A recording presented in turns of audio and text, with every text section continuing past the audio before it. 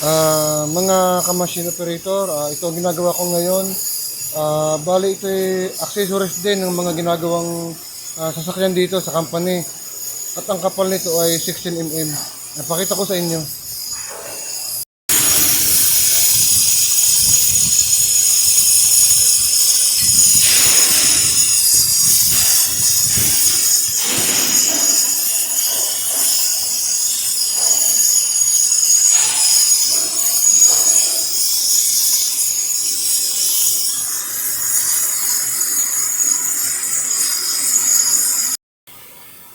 Yan at ipapakita ko sa inyo yung itsura. Panoorin niyo po. Dyan po mga ka-machine operator yung itsura niyan.